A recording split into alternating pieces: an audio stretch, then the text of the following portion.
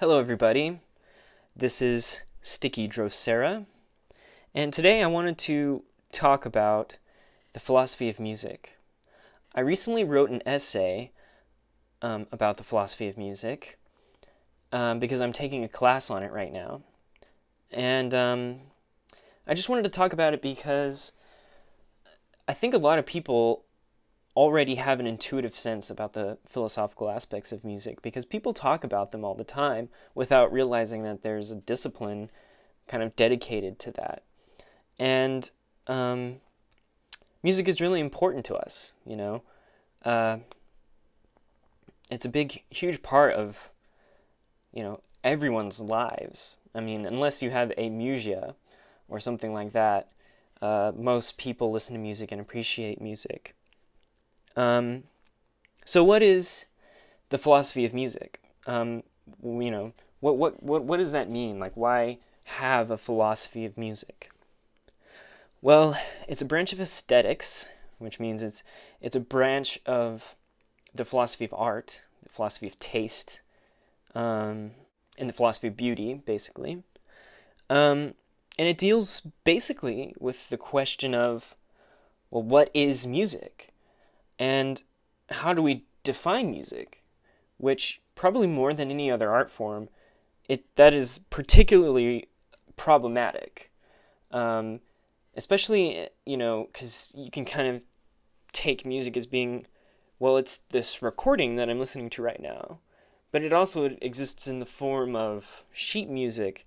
And so there's kind of a disconnect there between the abstraction of the notes and the rhythm with what we actually hear, which makes it, introduces this interesting question of like, well, what am I experiencing when I experience a piece of music in a given context from a given performer, and how is that different from the sheet music or something of that nature?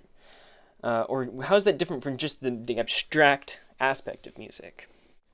How does music have this emotional quality to it? It's not that other forms of art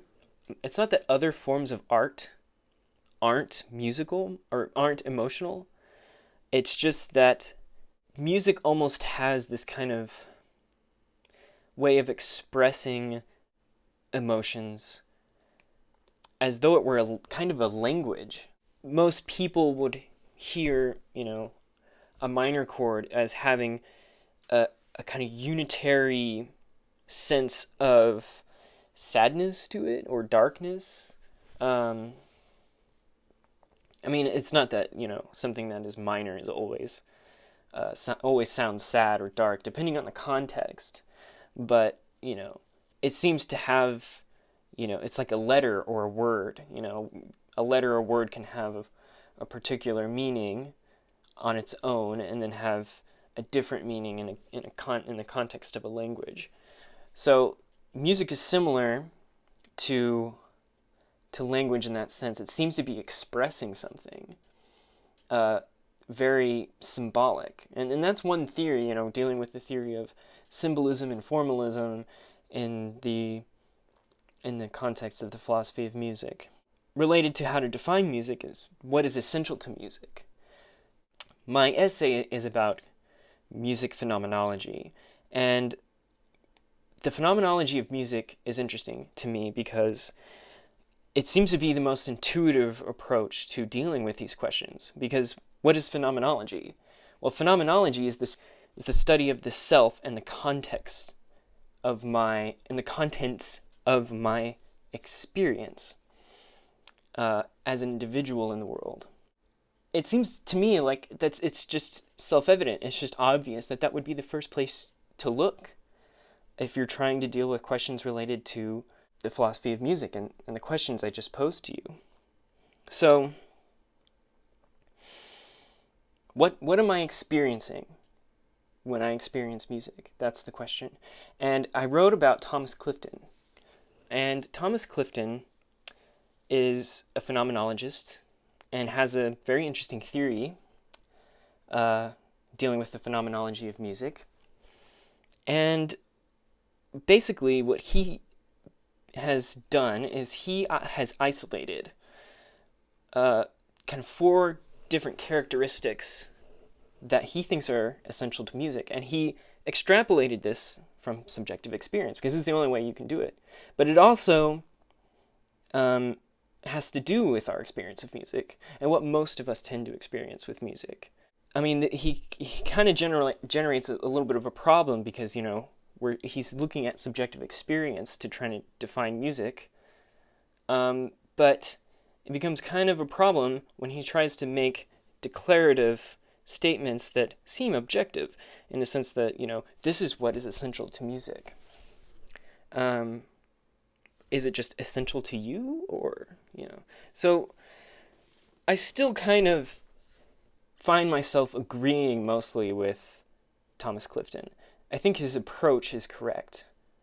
But I think there may be some problems that he should deal with. So what are these essential things that Thomas Clifton identifies with music? What is essential to music to Thomas Clifton? The first that he identifies is musical time. And time for Thomas Clifton is not it's not the duration, the objective duration of the song or anything like that, or how many milliseconds are in a beat. It's when we're talking about our experience of music existing in a time, it's almost as if music has its own time that isn't really just the running time of the music. It's kind of like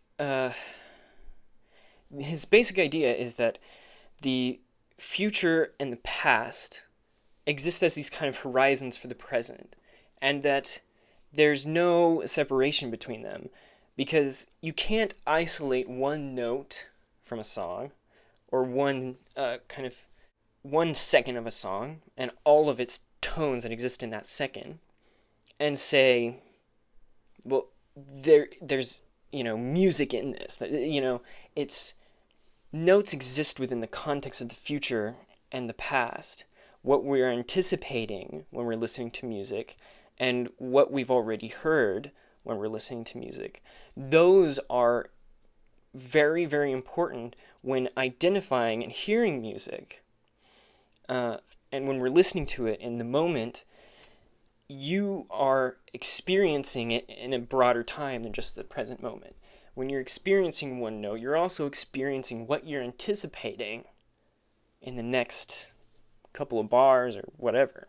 He also identifies something that he calls musical space. And musical space is, for him, it's basically the idea that music, in terms of our experience, is kind of necessarily synesthetic. That is, that music, when we experience it, it exists in a space. It's a triggering other senses that gives us a sense of being inside of it, kind of. And I identify with that a lot. I think Thomas Clifton really nails it there. Because when I listen to music, I get that sense. And I'm not literally experiencing synesthesia. I'm not a synesthete. I'm not seeing colors when I listen to music. But there is something there that's very fundamental to my experience of music that seems to be spatial. It seems to be in a place. It's not just something that I'm hearing. And it's important to point out that what Thomas Clifton thinks about music is that music is our experience of it. Music is what I am when I experience it. It is in me. It kind of has to do with this problem of qualia, of things existing in the world, particularly colors and sounds and things like that, which are just waves in the world. I mean, we know that. We know that our brain generates color, and then it's not something that exists out there. The color red, for example, like my shirt. What you're seeing is not really like red. I mean, it's something that's in your mind, because red is just a wavelength of light. And similarly with note, the same thing goes for notes. It's just compression and rarefaction waves in the air. It's not, there's no notes out there in the world. With Thomas Clifton, he thinks that music is all about the body, music is a response that the body has to sound. And that's very important to his overall theory.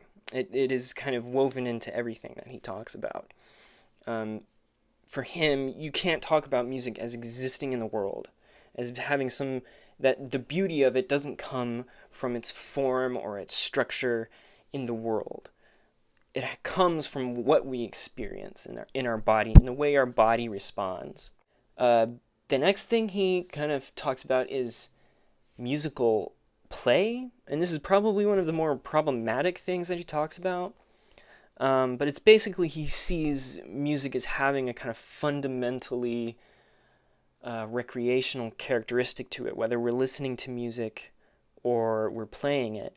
It's always something that, I don't want to say it's something we do just for like pleasure or anything like that, but it's something that is different from work or different. Music doesn't have an end objective, if that makes sense. And I kind of think that that's what he's trying to get at, but he's been criticized a little bit for this idea because he doesn't really define it very well. The next thing is probably the most important aspect of his theory, and that is musical feeling. Now, musical feeling is not what you would think it is. He's not talking about musical emotions. He's actually talking about, I mean, you can kind of extrapolate emotional stuff from, his idea of musical feeling, and maybe I'll get into that in a second. But the idea is that he thinks that something is music when your subjective experience, your body, is in agreement with what you're hearing. In other words, when you experience bad music, you're not experiencing music. You're hearing just the noise that's out there, which is really what's out there. It's just noise. It's just compression and rarefaction waves. So in order for music to be considered music, there has to be an agreement with your body to the sound. So that's an interesting idea because it kind of means that like anything that you experience as music is musical. If you're walking around in a forest and you hear birds chirping or you hear crickets or something like that, and all of a sudden you're getting this musical sense out of it, that's music. That's what music is. If you're looking at the stars and somehow you get a musical sense out of that, then the stars are music. And I identify a lot with this. I think that this is important because in today's world has been largely influenced by a lot of experimental composers and artists who have tried to like get us to hear the musical aspects of many different kinds of seemingly non-musical sounds, going all the way back to like the musique concrète movement. Pierre Schaeffer, I think his name was, did a recording of found sound of trains and said it was music, and you can see that as kind of pretentious, but his techniques back in that time have had an extraordinary impact on modern recording technology. He had some very advanced techniques for the time that are used in studios to this day. And not only that, but it was the start of electronic music, basically. And today, electronic music is very prevalent. And it's one of my favorite genres of music. And when you're doing electronic music, you're trying to synthesize new sounds that perhaps no one has ever considered musical before. So, yeah, I think he's dead on with this idea of musical feeling. So that's Thomas Clifton. Just remember that, if you're going to walk away with anything from this, it's that music is you. When you experience music, it's something that is a part of you. You are not separated from it, and that's his whole idea. And I think there's something really profound about that. When you're listening to music, you're hearing yourself, kind of, Just think about that. And if you want to follow me on Tumblr. There will be a link, and subscribe to me. I might be making more videos in the future if you like hearing this, stuff about philosophy and different ideas. That's what I'm all about, and I want to do this more if I have time. So, yeah, thanks for watching.